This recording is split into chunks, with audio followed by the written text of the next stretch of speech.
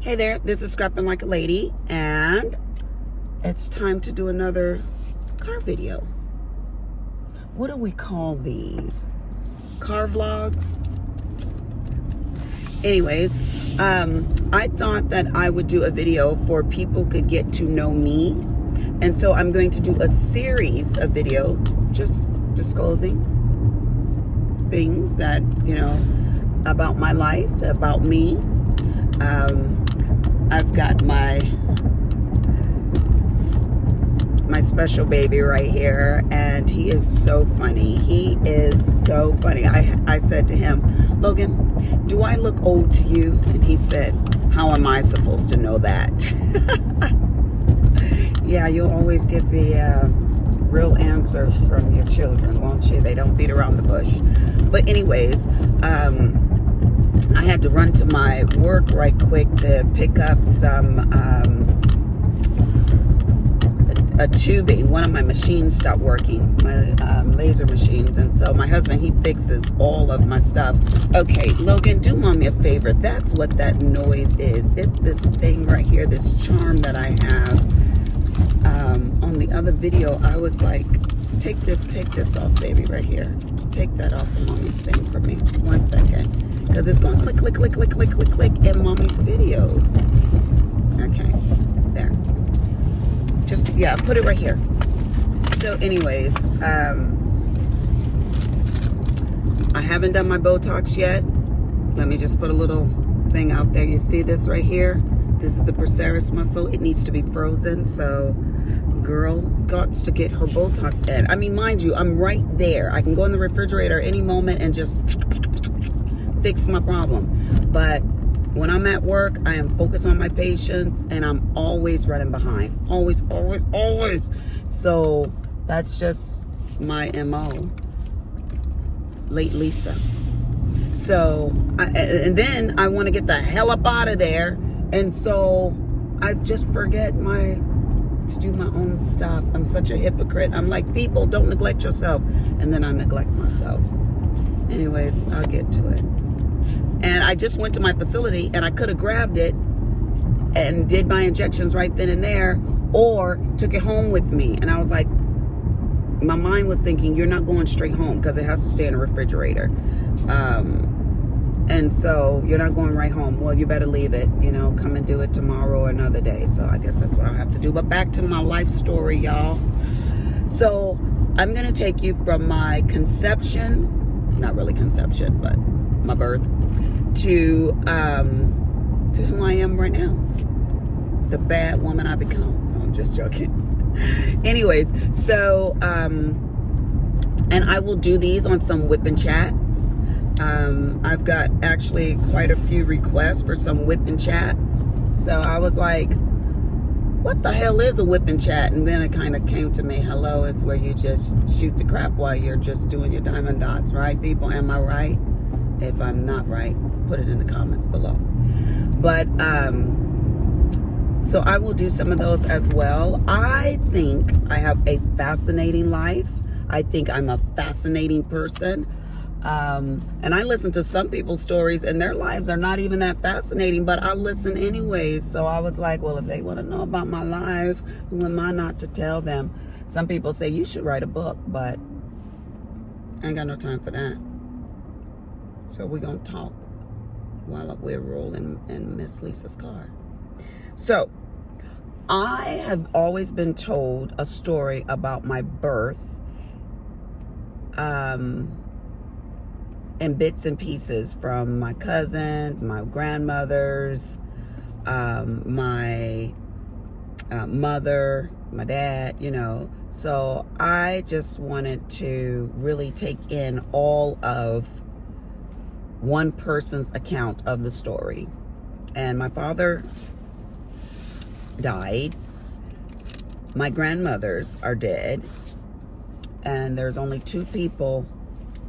Well, actually, there's more, because there's my 2 aunts, and they're alive. But I didn't ask them. I asked my aunt, and I asked my cousin Marla, because my cousin Marla is like the genealogist of the family. She keeps a record of like everything. You can ask her anything, and she'll rattle off the same story every time with the same details and great details. So she knows about stuff. So I called my mom. She didn't answer. So I called my cousin Marla. And while Marla gave me all the details and the accounts of the story, then my mom interrupted with a phone call. And so I took her call and asked her, and she gave me all the details. And she could fill in more because, of course, she was there. It was happening to her. My mom had my sister Sean when she was 14, and she had me when she was 15. And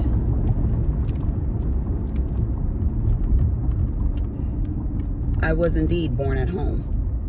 So this is my mother and my cousin Marla's account of what happened. Apparently, just like in my life, in my birth, I was on the move. And so I didn't have time to wait for them to get their act together to get to the hospital. I had things to do.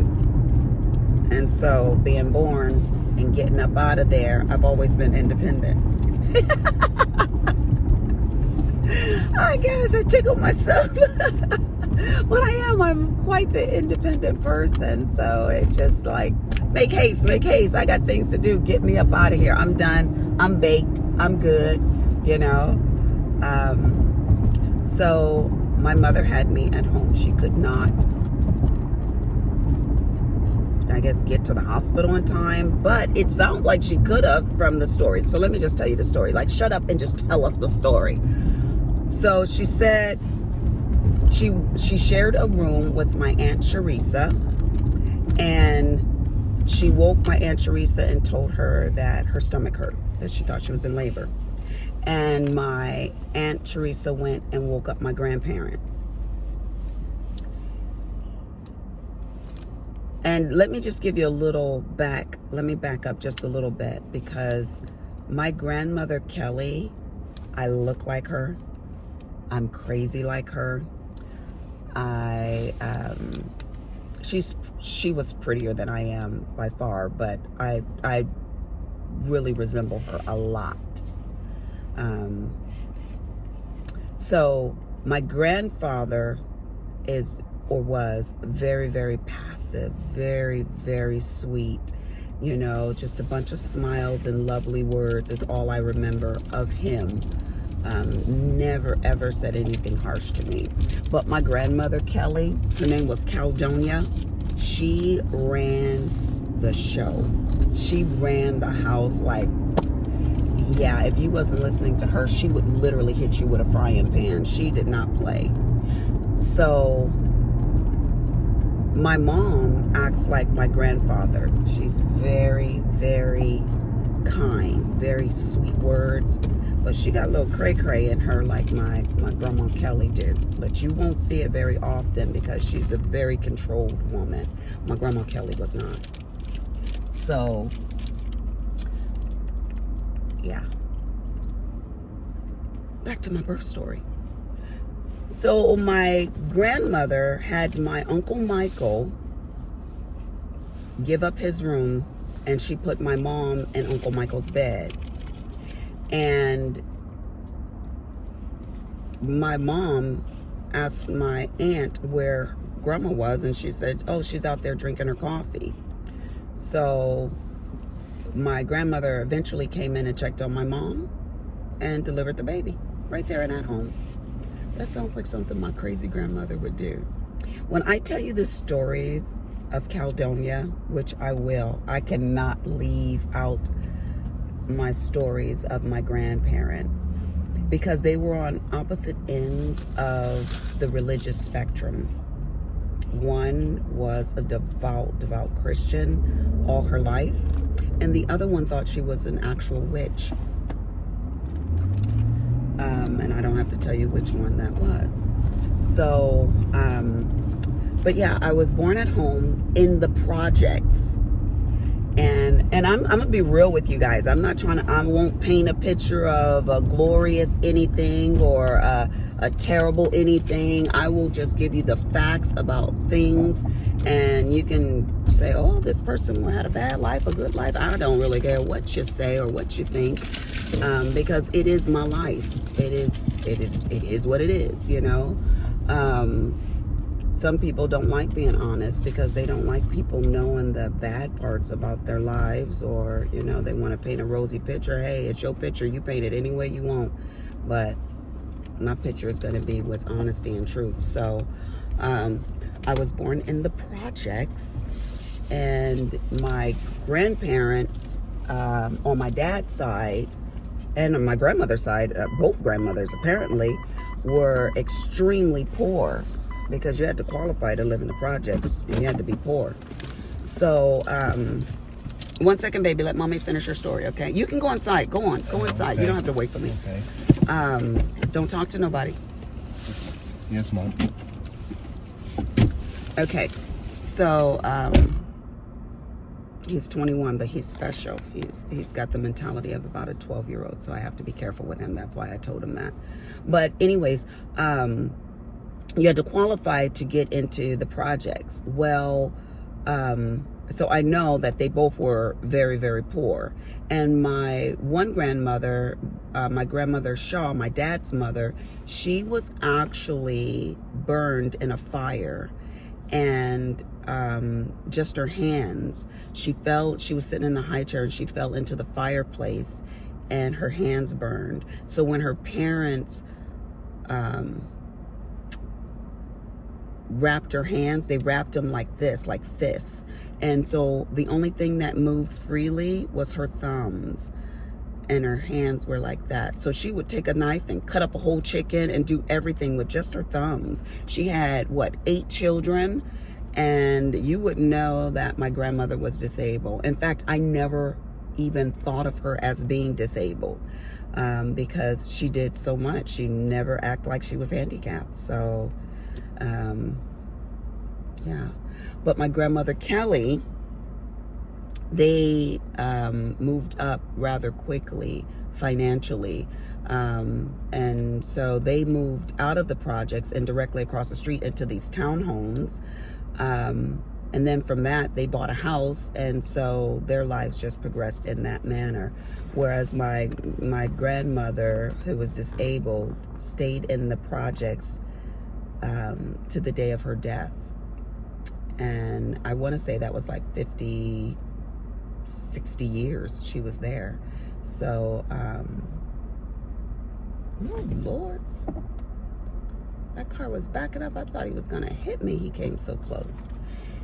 Anyways, so yeah, I was born in Buffalo, New York, and I was born to teenage parents. My dad was 17 when I was born, and my mom was 15, if I remember that correctly. And it's so ironic because I actually had my daughter when I was 15, and I will tell you all of that as well.